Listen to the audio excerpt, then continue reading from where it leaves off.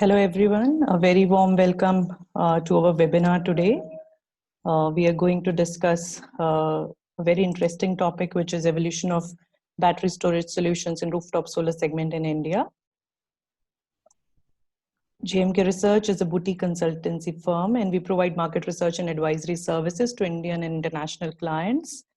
Some of our focus areas are renewables, electric mobility, and battery storage. And in our last 1.5 years of our operations, we have been fortunate to work with some of the leading clients, including Waaree, Renesola, CleanMax, Growatt, Hevels, WBCSD, IFA, to name a few. Quickly on the format of the webinar today. Webinar will consist of interactive discussion with our eminent speakers, followed by question and answer session. Each panelist has 10 minutes to share or present their views. At the end, we will have 15 minutes for question and answer session. And participants are welcome to submit their questions in the chat box or Q&A box at the bottom of the webinar window.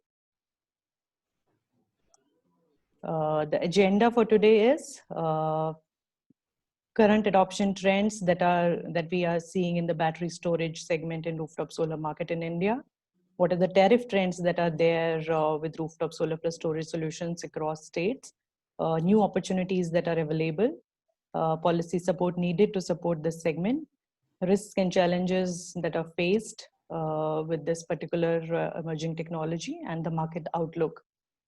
And to take the discussion forward, we have a very relevant set of people here, including mix of EPC players, project developers, as well as solution providers.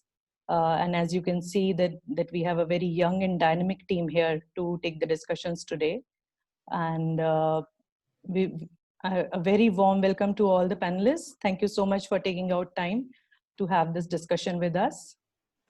And now we will like to start with Mr. Randeep Bora, who's Vice President SunSource. And he will be able to share his views on this emerging topic and set the brief context for our discussion today. Over to you, Randeep. Yeah, hi, thanks, Jyoti. I have a brief presentation, 7, 8 slides, 10 slides. Maybe I'll just share and then start speaking. Can you allow me to share? Yes, yes. Yeah. You can share now, Randeep. Yeah. So, is it visible? Yes, it is visible. So yeah, good afternoon, everyone. I represent SunSource Energy and have been leading the energy storage division for last 1 year or so. Prior to that, I've been working the rooftop segment for last around 10-15 years. Started my career in 2006 onwards. Quickly coming to the points, I will, without wasting much of our time, I'll focus more on the commercial side for a change. I generally battery storage. Typically, I have been hearing last a couple of years or so where people avoid the numbers, and this is where I think I will start with, because there are a lot of experts who can deal on the technology part, and technology has been there. It has matured to a great extent, and I think the focus now should be on the commercial aspects and the viability side of it, which we feel that it is almost there. Maybe in a couple of years' time, there will be huge demand for energy storage in the rooftop C&I segment as well. So why exactly of late, why are we talking about energy storage? Because it has been in the news everywhere, whether it's Tesla predicting cost coming down in 3 years, or the BNEF report, which says that the energy storage market will grow by 122 times by 2040. And of late, Indian government has also been very active coming out with various tenders like the Chhattisgarh tender that we have heard of. So although this doesn't directly relate to the C&I segment, but when you talk in the larger picture and you think of the larger picture, once these larger projects happen, obviously then the manufacturing capacities will be in the country. And then today, primarily, we are still dependent on China and various other Southeast Asian countries. But going forward, we need to have a huge manufacturing base so that we can offset those, we can use those battery panels, battery modules within our sourcing requirements, to meet our sourcing requirements in India. So all this larger news is primarily because the costs have come down significantly, and because of this, there is a huge opportunity which has been out there within Asia. To be very honest, Asia is one of the largest markets last 3-4 years. and I'll show it in the next slide. So as you see, by recent decision 2008 graph, which says that around 60% of the market still lies between the Asian giants like Australia, Japan, China is definitely one of the larger markets. And definitely now India coming to the picture, the scene is pretty ominous that the energy storage segment will take a new leap in next couple of years, and then obviously we can do the CNI segment as well. In India, the CNI has not blossomed yet. There are a lot of reasons, because typically, like in US, the domestic tariffs are higher than the industrial tariffs. Vis-a-vis, it's just the reverse in India, where the domestic tariffs are pretty low, considering around 5 to 6 rupees in most of the cities, vis-a-vis the industrial tariffs, which are in the range of 8 to 10 rupees. That's why because of the cost barriers, obviously the CNI segment rooftop has per se has gone up. The consumption of rooftop projects has significantly increased, but plus storage has not. We have only heard about lead acid batteries, which has been on there through various companies like Tata, BHEL, and various other companies who have been doing the lead acid batteries. But with the course of time, it's a no-brainer that countries like Japan and Australia, this will definitely come up. So these are just the predictions that it will go up rapidly. So whether the CNI market is ready for it. So what are the advantages? As you can see, the advantages are many, and some of them are I have tried to highlight. One is that obviously when you compare with the grid tariffs going up, which is already in the range of around 10 rupees in some of the places, and in the commercial tariffs, I would be shocked to know that in Pune we did some survey, and we could find out that the commercial tariffs are in the range of 16 rupees or so. So with those numbers, obviously solar plus storage is a domain where we can seriously look out. Also, it will help in various demand reduction. There are POD charges which get levied, there is a delta of say around 1.5 rupees or so, where we can if you replace grid or even DG sets during those hours, then obviously it will start making sense. Then obviously in the grid scale, there also you can say that it will help to a great deal when you do not need to add additional transmission capacities and utilizing battery storage in general. So as you can see, still in India, there are a lot of power cuts that happen across all states. And even if you now cater to those segments, we can systematically grow the potential to a great extent, I would say. To start off, we can do a lot. So that is one. Then going ahead. Randeep, just to can you please do it in a slideshow mode? We are getting a lot of requests for that. Okay, for sorry. PPT. Is it better now? Yeah. Sorry. Okay, so then for the industrial customers, what are the benefits? Kind of, as we are talking about the CNI segment, obviously it will help in significantly reducing your carbon footprints. And there are various other cases, like for example, even if you have a solar rooftop projects, there are a lot of time where you are not able to utilize the entire power, and in some cases, in some of the states, like for example Uttar Pradesh or in Karnataka, where the DISCOMs have gone against the rooftop segment, they have limited the grid the net metering policies, where you cannot export power. So in that case also, there will be a lot of power which from the solar which will go waste, where wind storage can come in and you can store the power and utilize it. Obviously, you can optimize your bills by demand management, and then also you can use it for offsetting the diesel usage in the critical load phase. Obviously, you cannot completely replace the diesel, because beyond the time frame, lithium ion is typically primarily, or I would say primarily for lesser durations. And today we are only talking of lithium ion because of its price competitiveness.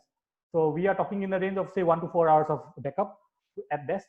If there are power cuts beyond that, then there are other solutions beyond lithium ion, which the country or the world is still exploring, kind of.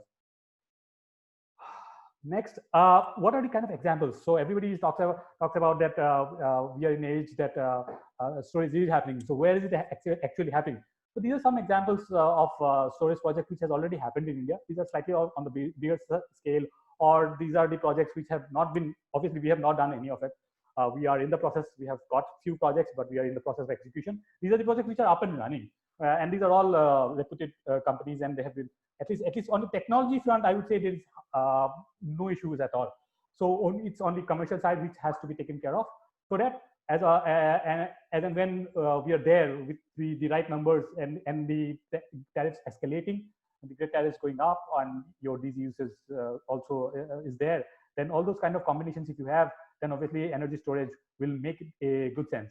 So these are some of the projects like the Amara Raja project, the NLC project, which has got, this is one of the largest projects I think was done by L&T, and various other projects. The Tata IES project has been up and running for last 2-3 years by now. So stability wise, technology wise, I don't think there is an issue. It's only about the commercial viability as on date, and I think it's not very far, definitely. So this is a broadly case study that we are trying to just worked out to figure out where exactly we lie. We just took up two states. One is UP, where we have a huge base of customers. Sunsource has been in the rooftop segment for last 10 years or so. We have a huge base where we have already installed rooftop projects in multiple locations. So specifically coming into this slide, so we could find out a place where there was a 2 hours power cut is pretty normal in a place like Muradabad or in Kanpur as well. So there, the problem was that we had a solar plant as well, but they were not utilizing during the lunch hours. For example, between 1 to 2, they had a demand reduction by around 80% or so. So what do you do with the solar power which is generating at the peak during lunch hours? So why not store it instead of going waste? Because there is no net metering anymore in UP. And for a larger rooftop solar project, you cannot get net metering as well. So in this case, we are proposing a solution where you can store that power during those hours to meet your evening demands. So we could figure out that we can do a storage project with a 3 megawatt solar plant. We could do a storage project 1.5 megawatt hour, which can cater to the 600 kilowatt hour of load for 2-3 hours during the evening peak hours. So this can be the case, and we could figure out that with the tariffs and a mix of grid tariff and the DG tariffs, the payback period is not that high. I would say it's still not the numbers that we get in rooftop solar purely, but 5-6 years, I think to start off is not that bad. Similarly, in case of Maharashtra, we could figure out that with the diesel prices being high, and there are customers who have the requirement of critical loads where you can replace for around 2 hours, like 30 minutes into 4. For 2 hours, you can provide a solution which can give you a substantial backup and save a lot of cost. So this with 100% DG backup, replacing DG, it will give you around 4 to 5 years of payback kind of thing. So on the technology front, where we are, just to cover briefly, technology-wise, obviously we are talking of lithium-ion because of its energy density primarily and the life cycle.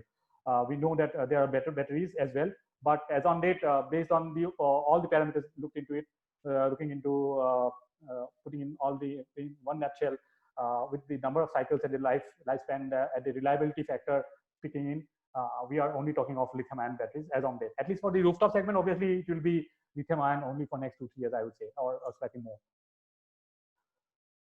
How does the system look? Typically, these are the container systems, as if somebody might have not seen. So we typically build a containerized solution and store the batteries. These are slightly larger systems of around, say, 500 kilowatt hour kind of systems, which you typically containerize in a 10 feet or 20 feet container, and then you rack them up and you assemble it at the site, or you can do it locally as well. Where we figure in what we do. So where we are in it is that we are an end-to-end solution provider. Being a solar company, now we are evolving to a storage company as well. We have a lot of experience. Henceforth, we are targeting the customer segment between this 100 kilowatt to 220 megawatt kind of and solutions where we can pitch in with any technological solution. We have already have the experience and the expertise designing those systems. We are in the stage of implementing those. And in next 2 to 3 years, I think with the demand going up for storage, we will be Sunsource in general will be playing a major role in developing the C&I market as well. Couple of slides more. On these are some examples of the projects that we are currently executing. One of them is obviously a project which has been running with lead acid batteries for around 7 years or so. We are now replacing these batteries in Badaich in Uttar Pradesh in Irrigation Institute. There was no grid at that point of time. Grid has come in, but it's erratic grid.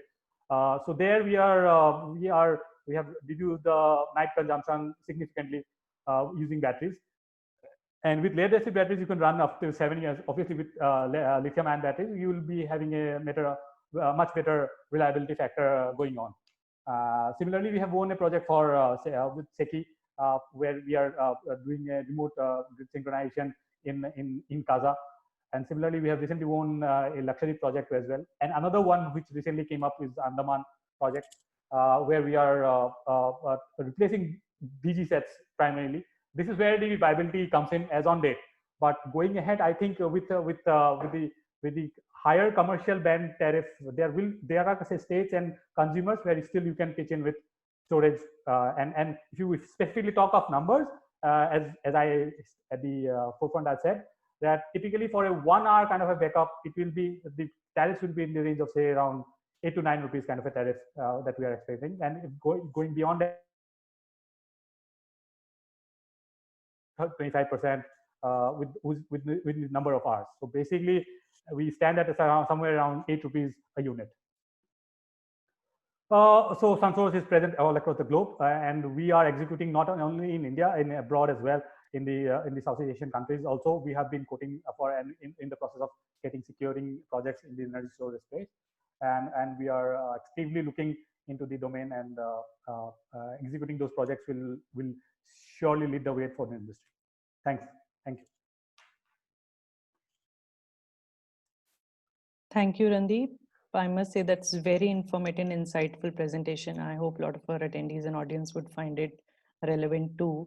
There are so many numbers and figures that we, as an EPC player, you are more aware of than as a general audience. So thank you so much for giving out your views and setting a very good context for our discussion today.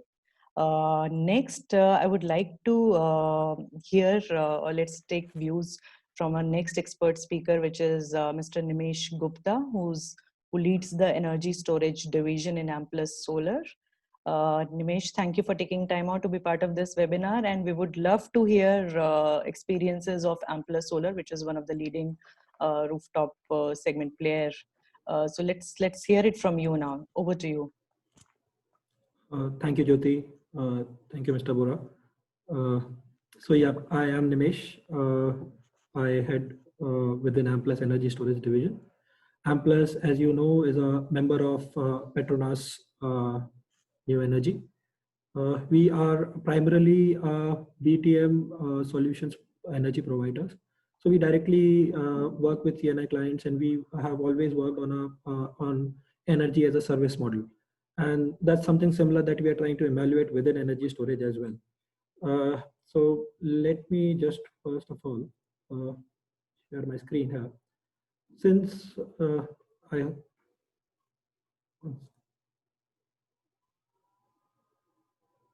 I hope my screen is now visible to all.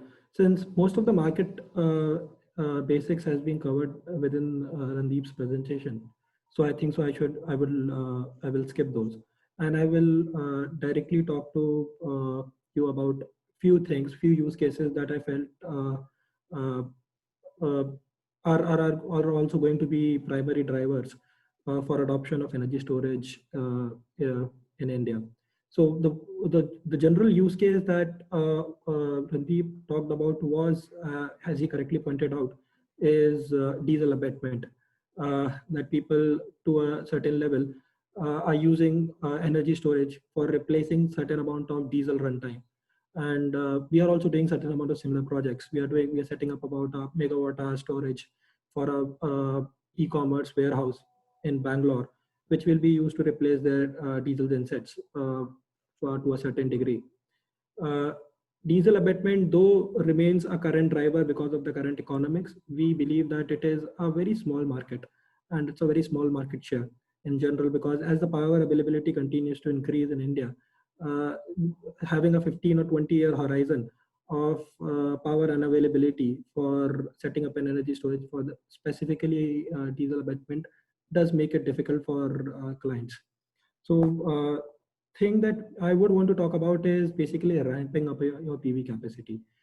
Specifically, if you look at it, that we have always had certain amount of resistance from each and every DISCOM regarding the net metering regulations. Even if they are existing, it's very difficult to get permissions, or they are being withdrawn.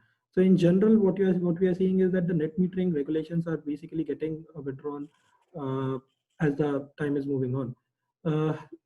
Apart from that, there is a like sort of a capacity cap within the net metering regulation. So even if you have a larger rooftop space, you are not able to set up a plant just because you are not able to match your demand and the generation, because renewables, as you are all aware, is a non-load falling source. So that mismatch is something. So basically what people will do is either they will design a system using only the base load, or B, they will design thinking about that there will be certain amount of inherent losses within the system itself. Now, most of the PPAs are structured because they have a deemed generation clause. So those losses are again borne by the customer itself, because they end up paying it twice. Once for the solar, and another, the shortfall units are again replaced by the grid itself. So this is one use case in which people can start thinking that what if instead of setting up a 500 kilowatt or a megawatt level energy storage, solar rooftop plant within net metering, if I can set up a 2 megawatt or a 2.5 megawatt, because I have that rooftop space, and I actually do not require the net metering right now, because now I'll be able to get that flexibility with the energy storage combined within your system itself. So this is one thing that we believe is going to be a significant market driver going forward. Second is something which is an Indian problem as well. See, the point is that grid network, the distribution network, was set up based on projections which we have already like sort of surpassed. So now right now there is a significant let's just say if you are living or you have an industrial area in which the substation does not have any spare capacity left, and you have to set up a new machine altogether. And that's a real problem. That's the part even in cities as well. If you have to increase your load, the distribution companies do not have the capability to do so. And now this is a business critical requirement. Even if you go ahead and start setting up a new substation and all together, that is a significant investment in land. There's a significant amount of time delays. So there are so many challenges regarding that.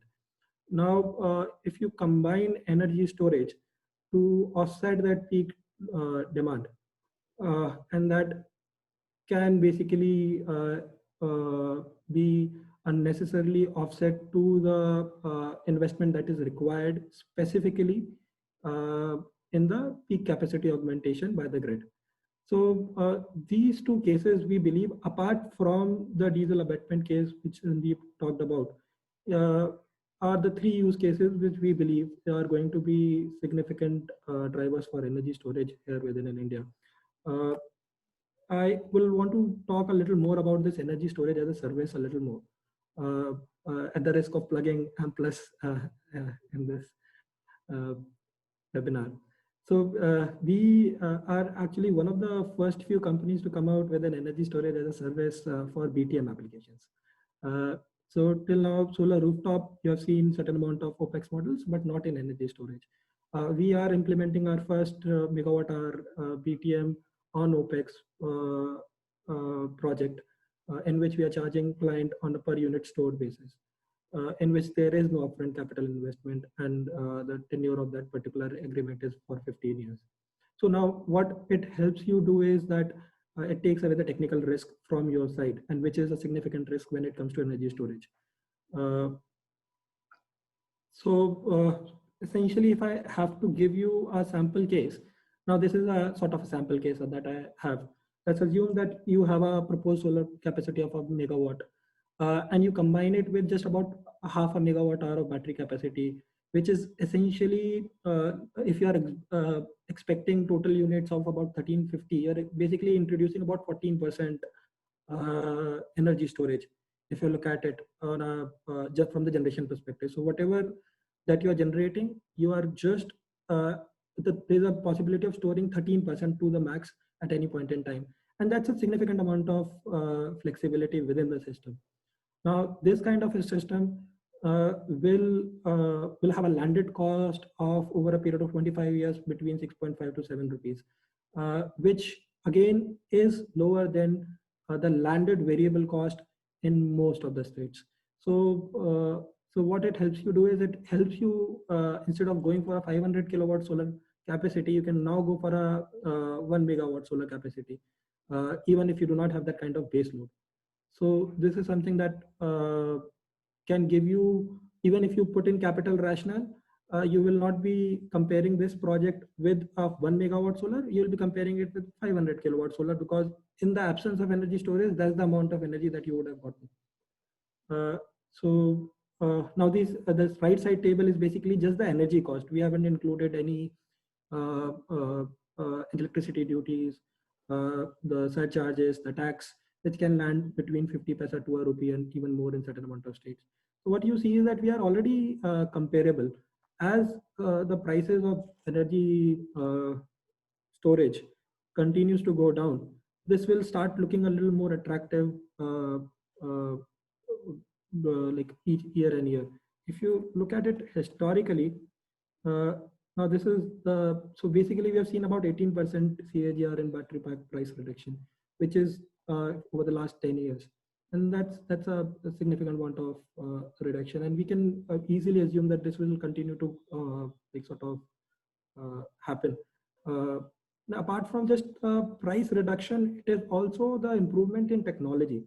So as new and new cells are coming on, so obviously the life cycles of those particular cells are also increasing.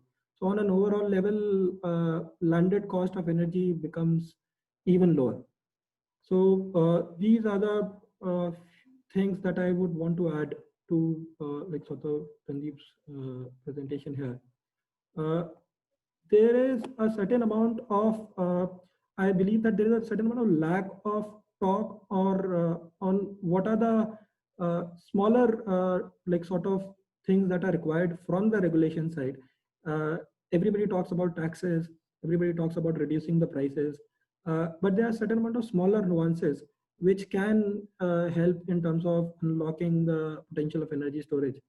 Now, for instance, there is this capacity limit restriction till contract demand for on-site solar plants. So even if let's just say if you have a megawatt connection, if you have a rooftop solar potential of 1.5 or 2 megawatt, even then you cannot go ahead and set up a plant greater than 1 megawatt, because that's the limit that you have set. Now, now technically, if you combine that excess plant that you are setting up with energy storage to a certain level, we can do away with that capacity limit restriction technically. Now, this is something that can help people introduce more renewable energy into their power mix, because they can now start generating more. Even in the absence of net metering, now this is possible. Then like the second thing is in Haryana, what they have done is basically they've increased the net metering limit permission from 1 megawatt to 2 megawatt. If you have basically for the increased capacity about 25% of energy storage combined with that particular system. So that policy does require a certain amount of more clarity, but it's, I would say it's a step in the right direction. Third thing that I would want to talk about is basically using the BTM. So one of the primary ways of making BTM energy storage commercially feasible is revenue stacking. That utilizing the particular asset for multiple use cases, not just for a single use case of peak offset or time of day metering or diesel abatement. You have to go ahead and start utilizing the particular asset so as to maximize the total benefit. Now, so see, essentially one needs to realize that the energy storage market, the primary driver of energy storage market is the decarbonization and introduction of renewables into our power mix. Renewables in itself are non-load falling sources. To maintain grid stability, now there is a technical need to include energy storage. It is not driven by any, the primary driver is the technical, that it is so it becomes a prerequisite. then you have to look around for commercial viabilities and solutions so that the adoption increases. But further increase renewables into our energy mix, we need to include energy storage. Now, within energy storage, you can basically include it anywhere between generation, transmission, or distribution. And this we are talking specifically about BTM applications. What BTM energy storage applications do is it also benefits distribution companies significantly, because now they will not have to invest in their peak capacity as they normally would.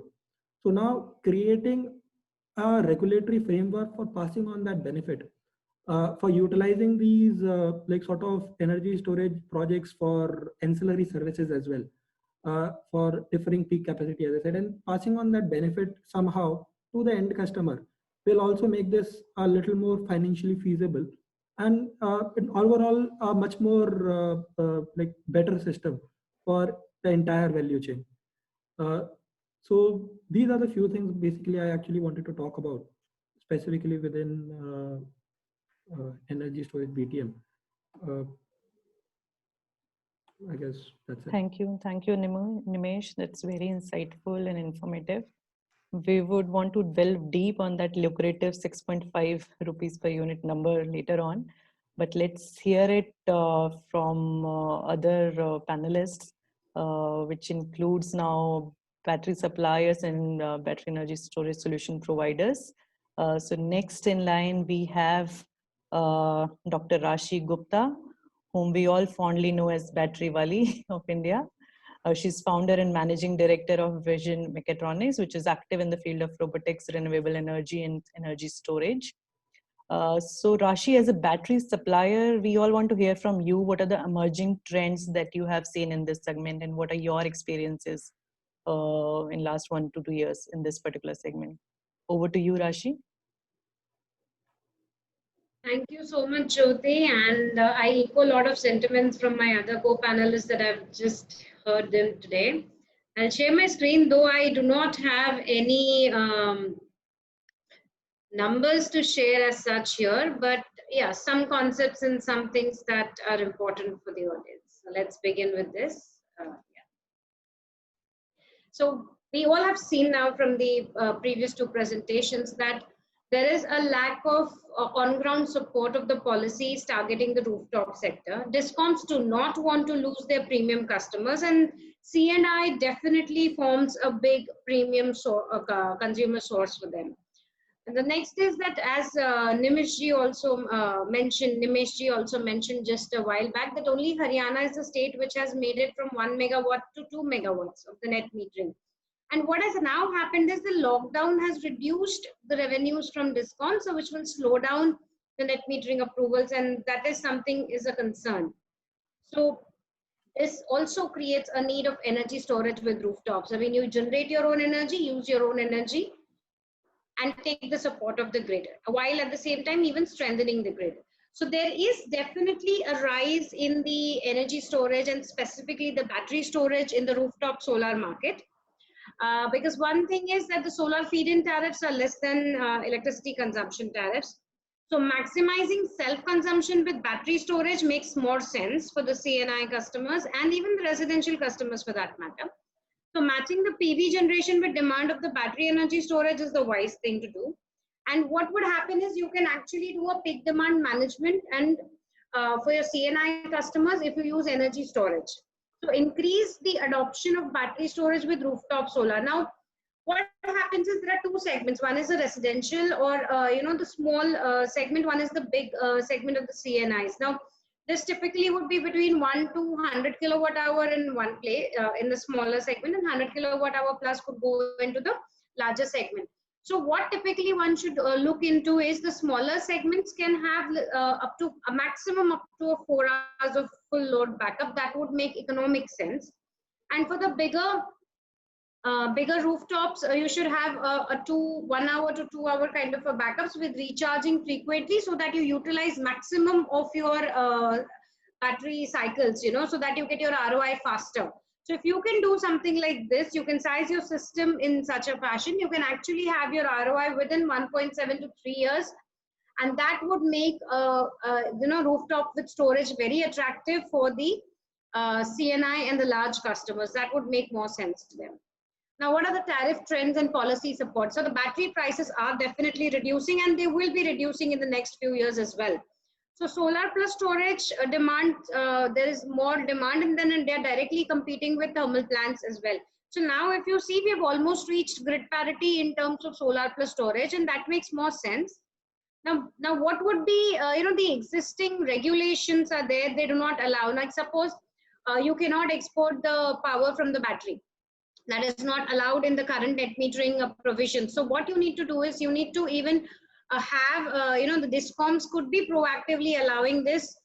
But as of now, we all know what the DISCOMs are going through and what is the scenario right now. So this policy is a little far-sighted. But then yes, if this comes, it would make a very, very attractive position for adopting rooftop with solar and to be much accelerated manner than it is today. Another important thing is that we need to go into more distributed energy resources rather than having big centralized resources, because the grid is not strengthened at every point. So, lithium would actually help in this case, wherein it can do a higher, quicker discharge immediately when it is required. It can lead to a very good position to strengthen the grid by having distributed energy storage systems, as well as something which we need to evaluate further is a hybrid energy storage system, which would actually have multiple technologies combined together to give you the best of the entire scenario. And that would really help us to strengthen the grid, to even strengthen the rural areas.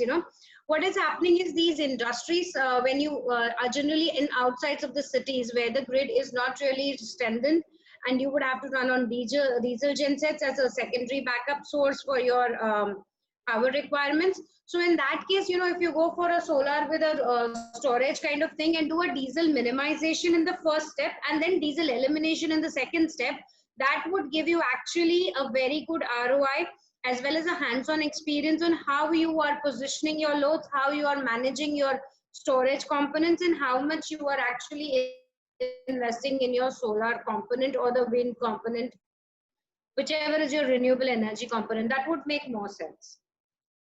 So now what do we need? We need to actually more educate our consumers to choosing the right technology mix for what they actually need in terms of for their CNI and the residential for that matter also. But what would happen is, and you need to have more safety codes in place. Some things like even today's news, if people must have read, there was a explosion where one of the batteries in the EVs in one of the e-rickshaws in Noida, which had because of which there was a death of a few people out there. So we need to also ensure that we are actually strengthening our safety codes inspections for behind the meter storage, because there is a life of many people involved in the CNI and families involved into the residential areas. Now, implementing more metering techniques, like I said before, we cannot export from the grid right now. We cannot export from the battery to the grid right now. So if we could actually allow that, that would make the storage adoption much faster and easier.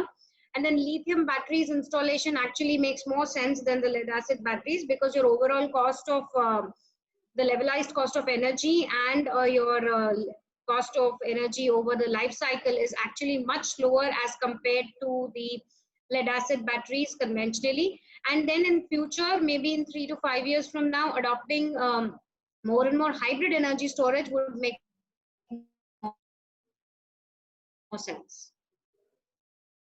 So basically what we have seen is that diesel replacement diesel generator replacement is happening through solar and lithium batteries, because the reduced because of the cost of the per unit cost of consumption from these solar plus lithium battery is much lesser as compared to the diesel genset in one of the previous presentations, as you must have also seen. So also the O&M is much less, and when it comes to lithium batteries, the maintenance is negligible. You do not actually need too much of metering on the DC side as well. If you have a smart, intelligent battery with a good BMS, all these can be taken care of at the battery level itself. You really do not need to have too much of meterings at every stage. And then there is more reliability of the power that you're getting, which reduces your loss of revenue in terms of the work that you're having.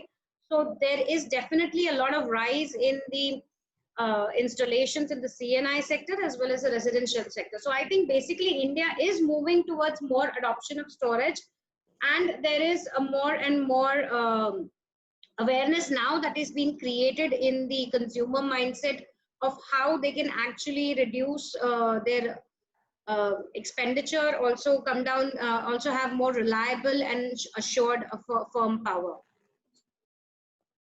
With this, I'm open to the questions. Thank you. Thank you, Rashi. Those are very relevant points, I must say. So let's not wait further. We will want to delve more deeper into what all we have discussed, and let's talk to the last panelist for the day, Mr. Harendra Tomar. Thank you so much, Harendra, and thank you so much for the patience. Harendra Tomar is the leader BD in SunGrow India, and thank you for taking time out to part of this session. As a battery energy storage solution provider, Harendra, now, what are your views about this market? Over to you, Harendra. Thank you, Jyoti, and thank you, GMK, for organizing this webinar to discuss this solar rooftop plus storage. I just go through a few slides which give an outlook on the rooftop solar market with the storage and how it may be the future and whatever the challenges may be there. So I will just share.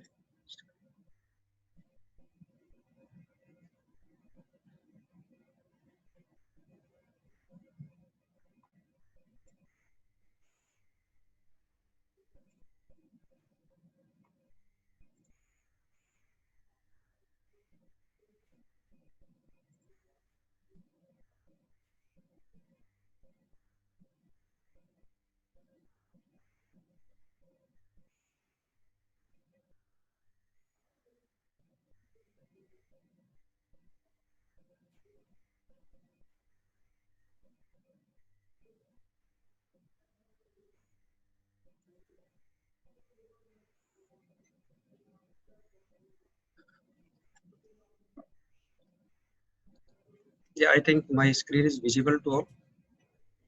Yes, Harendra, it is. Yeah, okay. So I just will go through a small presentation. There are 3 segments in my presentation: that ESS technology classification, ESS solution in different scenarios, and ESS market opportunities and the possible challenges we have to face and resolve. So as all of you knows that we knows that any development comes with some challenges, and renewable energy also face the challenges which we need to face and resolve. If we bifurcate the challenges in 3 parts, that is front the meter, utility side, and behind the meter. So front the meter, the challenges may be due to the randomness, volatility, and intermittency of the renewable energy. The inertia of the power and grid is relatively reduced, and the frequency regulation capabilities is insufficient. So that is a big challenge in the RE sector. Utility side, the change of power, energy, structure, and power load leads to the instability of power grid and short-term shortage of capacity. The problem that power facilities need to be upgraded is increasingly prominent. That is also a big challenge nowadays, prominating in the utility side of RE development. And the behind the meter, the load peak valley difference continues to rise, and the stagger peak power consumption mode is not popular. So resulting in high power supply pressure of the power grid and high electricity bills for user. So in the what may be the solution to face this and resolve these challenges? The one solution may be the ESS. And that ESS, I'm just going quick through these slides. ESS may be in the form of physical, electromagnetic, and electrochemical form of routes. Out of these, the lithium-ion batteries now is dominating the ESS market. So what may be the different application scenarios? So front meter, that application scenario may be the rate control of new energy, energy shifting, reduce photovoltaic power generation limits, thermal power, hydropower, PV, fuel storage, energy combined frequency regulation may be there. So, and black start that can help BSS can support this. Utility side, that delay in transmission and distribution investment and upgradation that can be overcome through application of BSS. Relieve electrical power circuit congestion, frequency and voltage regulation, ensure a stable power supply when grid failure in any case or in any roast scenarios. And in behind the meter, the application scenario may be the peak and valley arbitrage, microgrid application, and increased self-consumption rate, demand management also. So I just skip these front the meter and utility side since we are focusing on the rooftop. So behind the meter, general or typical layout may be like this. The application of ESS may help in the peak and valley arbitrage, demand response, demand management, backup power, and power zero export control, improve self consumption rate.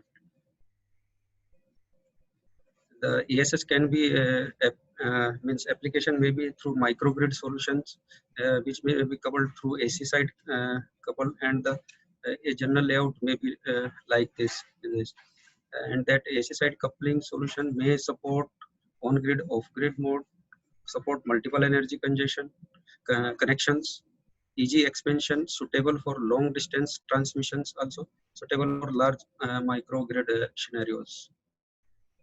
And DC side coupling also there. The general layout is depicted here.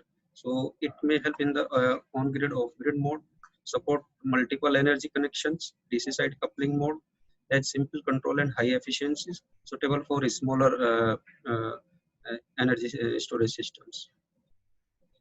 For household systems, that is the general layout where the ESS can be applied, which help in the integration of power generation, storage, consumption, and sales of power, reduce dependency on the power grid. So now, just a brief on the opportunities and challenges, particularly for solar storage.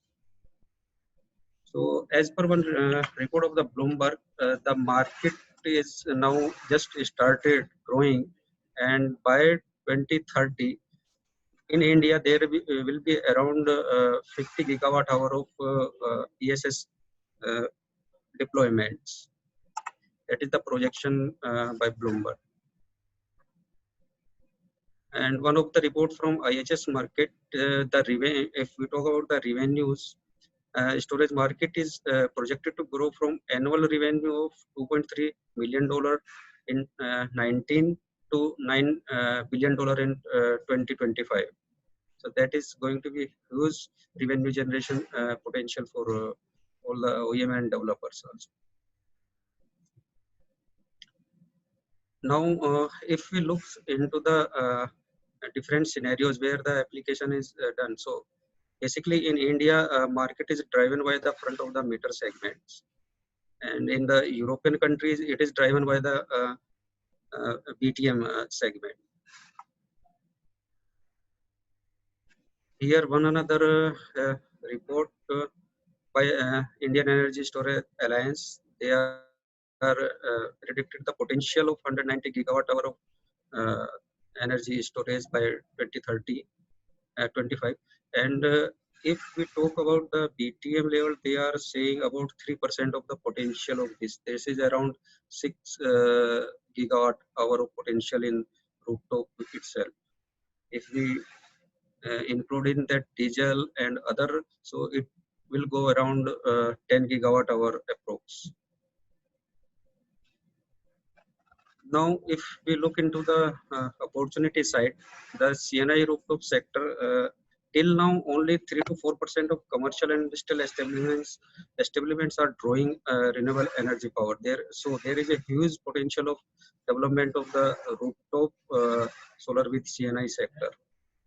Till now, that CNI sector is consist of 70% of the rooftop installation. The tariff is also, as described by my other co-panelist, the CNI is means approx 6 to 12 rupees per kilowatt hour. So there is a huge scope in this to implement that BSS solution or ESS solution. Again, that residential rooftop solar, this is the small segment, but there is a huge potential since there is a huge target and we are far behind to achieve this target.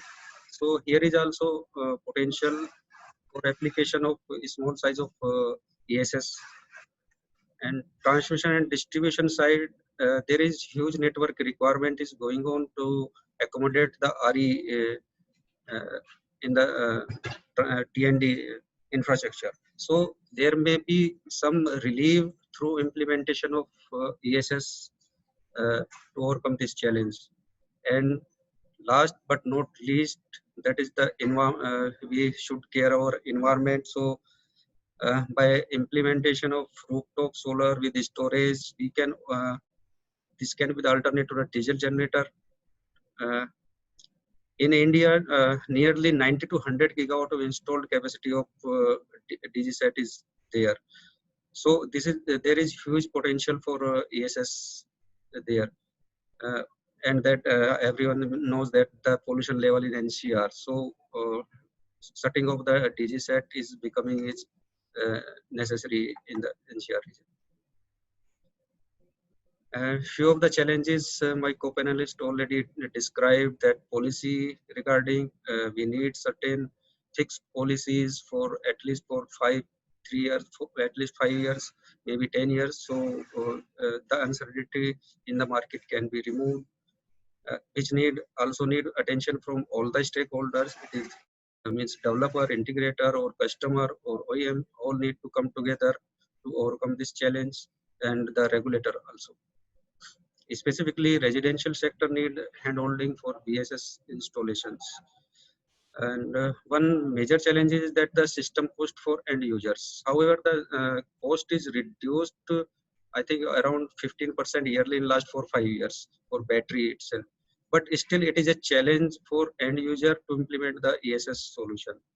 Again, that lifetime and replacement cost, since the battery is prominent in that ESS, so replacement cost is also there. So customer is worried about that, have some apprehension about this. So this is also a challenge. And another thing is the application and technical awareness. So the technical integration of storage is complex and need very careful assessment and design. This is since the market is growing up, facing the we as a OEM we are facing some challenges where the inexperience in the application and uncertainty in deciding the right technical solutions. Still, that awareness about that BSS can overcome this challenge. And again, maybe in later stage, but the battery based management is becoming a challenge and need a regulator and also OEM attention for this. So there is a India Smart Grid Forum in their report. I was just going through that. So they have been identified certain parameters, and if we look for awareness purpose, that these all maximum parameter can be monetized and maybe beneficial for developer, feeder, and customer also. So I think that is going to be huge development perspective in next 3 to 5 years, where solar itself has taken 3 to 5 years to get grid parity, or maybe with the price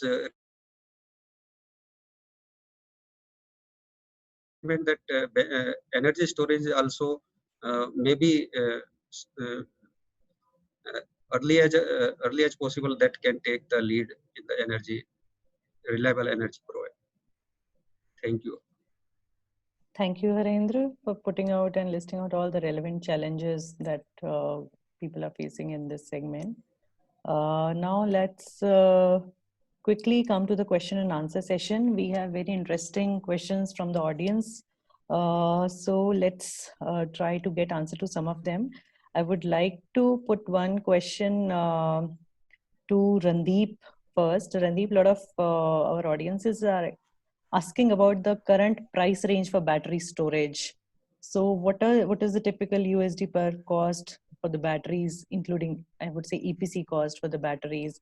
And do you think maybe some numbers on the, estimates how much percentage fall you're expecting in on a year-on-year basis?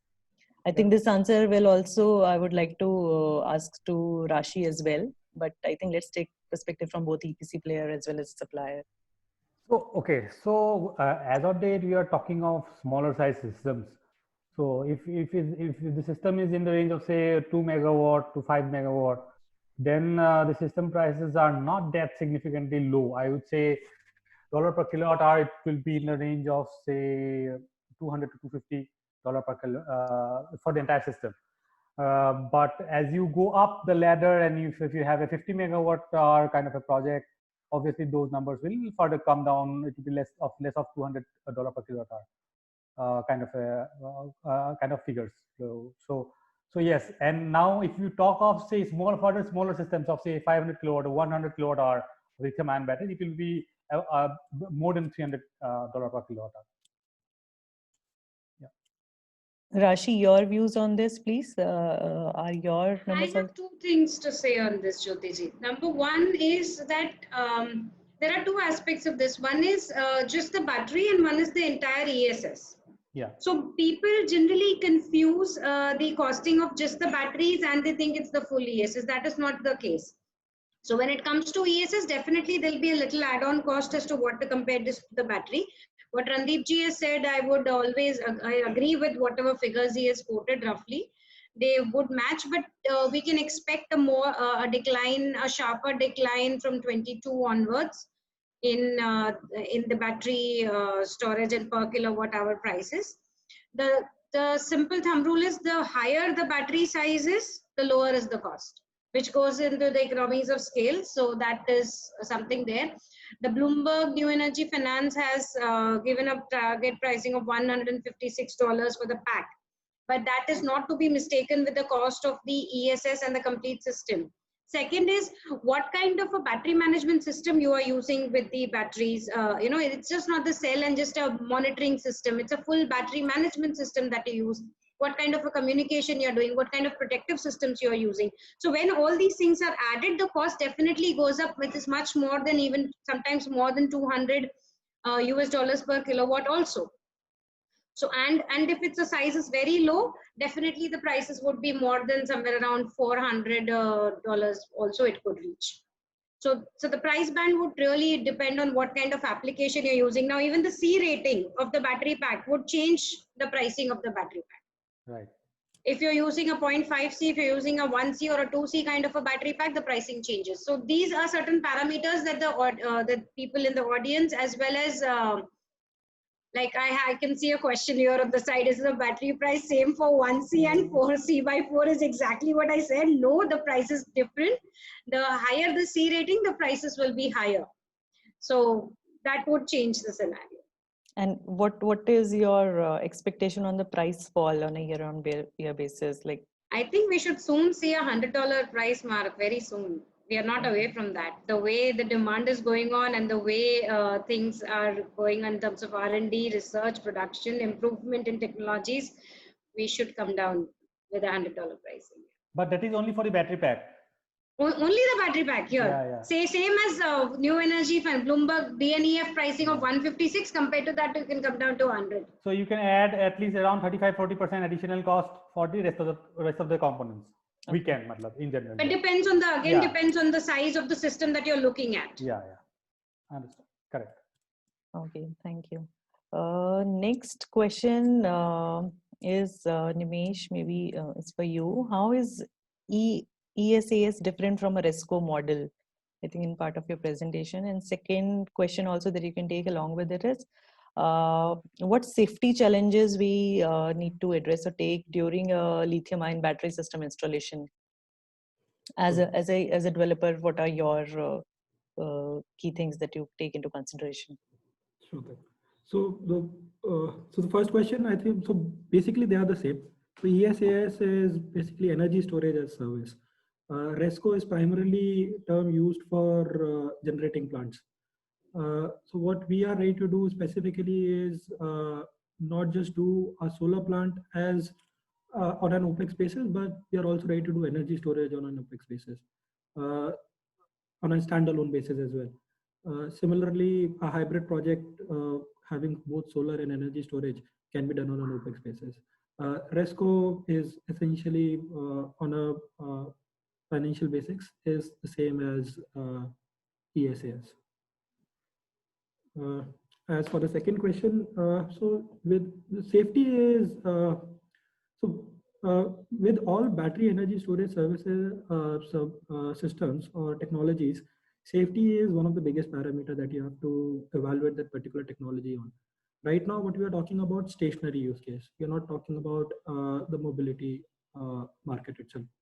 Within stationary use cases, one needs to evaluate what all technologies are safe, right? So essentially, for specifically, if you talk about lithium ion, global installation of lithium ion within stationary storage amounts in gigawatts. Yes, there have been a few cases, and those few cases have been corrected in the next generations of technologies. People have become much more aware. So energy storage to a certain level is slightly more complex than designing and implementation on the basis of design and implementation when we are comparing it with solar. So essentially solar rooftop projects, design and implementation essentially became a commodity because there is so less complexity in installing such projects. Whereas energy storage projects, installation and management is much more complex. There is a need for managing the right operating conditions, monitoring the plant closely, having all the fail safes put into the system. So, it's a parameter that every installer, developer, or a customer should be should be evaluating each and every technology on, each and every partner on. But on an overall basis, lithium ion, flywheel to a certain level, all these technologies are very safe if you know how to use them right. If you are not if you are respecting the abuse tolerances of the particular technology, you will have no issues with those technologies. Great, thanks, Ramesh. Rashi, there are a lot of questions specifically for you only that's coming up. So I will like to take up one more thing. So this is from Dr. Sudhir Kumar. He's asking that as of now, lithium-ion batteries are most suitable. But do you think lithium-ion phosphate batteries will be the new thing? And what are the per unit costs for the same? If you can answer this. Okay. See, lithium ion ferrophosphate, lithium ion ferrophosphate is still existing, and it is very widely used for the stationary application, and it's the most suitable for our country because our country has a very wide humidity and temperature range. So it is the most suitable technology for us in our country. Second thing is per unit cost is almost with solar and battery storage if you consider, and if you rightly size your system, I mean correctly size your system in terms of the storage and in terms of solar capacity, you can achieve a grid parity in your state. So that is something you can do. Right, thanks. Harendra, next, maybe we would want to know what is the Sungrow view on the price roadmap and technology roadmap for batteries in India? Yeah, Jyoti. I think that price is Indian market is most price sensitive, which we see globally. And if you see that prediction by the Bloomberg and IHS Markit also, in last 4 or 5 year, battery and even the system cost is also come down. Battery cost has come down around 15% per year in last 4 or 5 years. And since the demand is increasing now, so there may be a challenge in the raw material side also. So we are expecting that price will decline, but not in the pace that declined in last 4 or 5 years. So I think last 4 or 5 year price decreased by 15 to 20%. So there may be 8 to 10% or 5% decline may be there in next 2-3 years. Okay, all right, great. And on technological side, nowadays that BSS market, if we consider the American and the European market, that is already almost mature. And there are in China itself, application of lithium-ion batteries is more than 70-75%, and acid battery is around below 30%. So that market is already matured in Europe and America. In India, just we are starting this market, we are entering in this market, and that is means lithium-ion batteries for some time going to dominate this segment. Okay, that's correct. So we are overshooting our time by 5 minutes. So let's take last question for the session, and maybe let Randeep, you can put a perspective to this. What could be a convincing case to bring DISCOMs on board the solar rooftop plus storage bandwagon? Okay, that's a tough one. I don't think there is a right solution at this point of time. Anyways, like see, the business case is typically not there, to be honest. So anyways, storage plus solar plus storage, anyways, storage on itself cannot blossom. You cannot store the grid power anyways, which is pretty expensive. So you have to tie up with a rooftop project of a sizable capacity, so that at least on the rooftop side, the prices are lower, which and that power of 3 rupees or 3.5 rupees, 4 rupees at best can be stored in the batteries. Right. So from that perspective, so overall, when you talk, so even if you talk of a say 2-hour kind of a storage, so then also you are beyond the grid tariffs. So as on date, the business case for the DISCOMs is not there for the CNI segment. However, CNI, the distribution companies can use that to augment their other infrastructure, other challenges that, for example, the Tata 10 megawatt hour project in Delhi. So they did it to reduce their peak demand in summers, because in Delhi they used it to, because they have to buy power at a very high tariff, say 15-16 rupees or even more from the exchange during the peak hours. So they were trying to utilize that power, which was anyways costly, through their own reserves. So to upgrade their own infrastructure, they can use it. But from the CNI perspective, as on date, there is no challenge. So they won't mind if somebody is using in general, because the market suddenly will not pick up. With storage, the market will suddenly not pick up. It will wait till the point when the tariffs are much higher, and these COD charges come in, various new regulations come in, which is at least 2 years away. I would say typically it can be only viable for the DG applications for at least for the next 18 months or so. So I don't think so. They have to augment their own infrastructure. They should do it. But then for storage to come in, their own infrastructure has to be upgraded. So there are a lot of loopholes in their own systems. They do not have the power inflow and outflow. They don't know, even in many of the states, don't even know where the transformers are located. So how to upgrade these?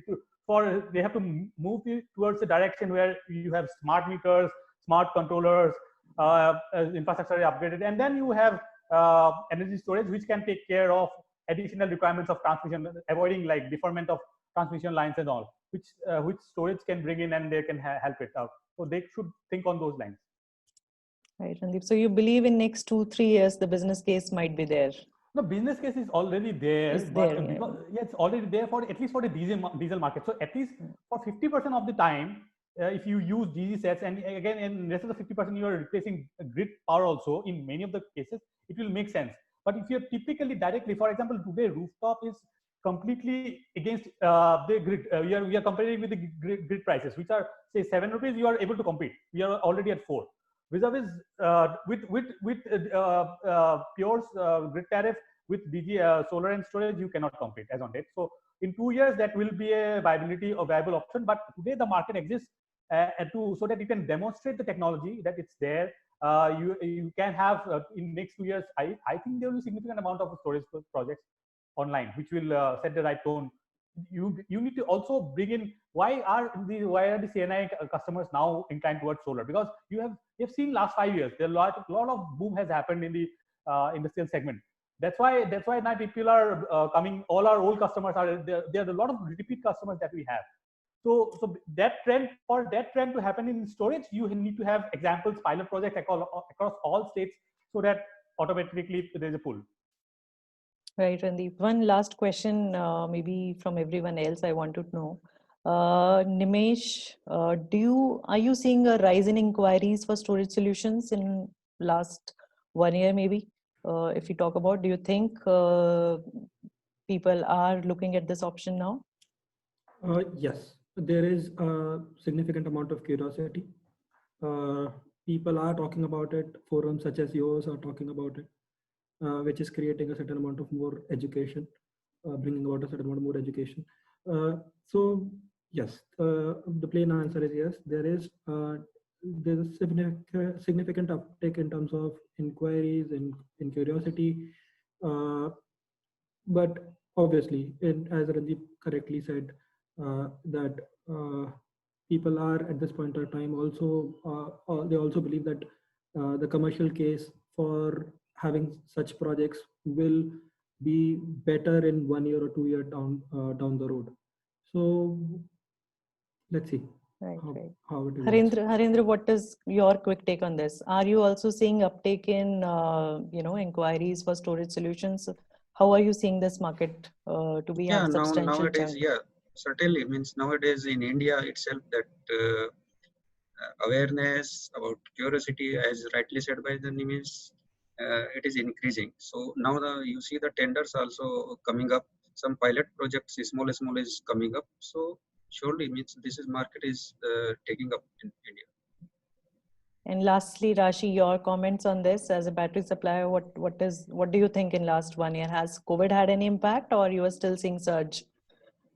I see a surge. COVID has had no impact. In fact, COVID has made people realize the need of power, the need of firm power, and in fact, our deployment has increased over this 2019-20 kind of the transition that we had from January to now December in this year.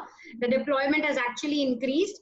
Inquiries are definitely much higher. I mean, when I say deployment has increased, you can understand the impact of what COVID has done to people realizing the need of firm power, and with the big failure of that happened in Mumbai, that has opened the eyes of people that really we need an assured, firm, reliable power, and that is the reason why people are actually adopting more storage plus solar now. So I'm definitely seeing a surge, and this is not going to stop now. This is now going to hit the peak in the next 2 years.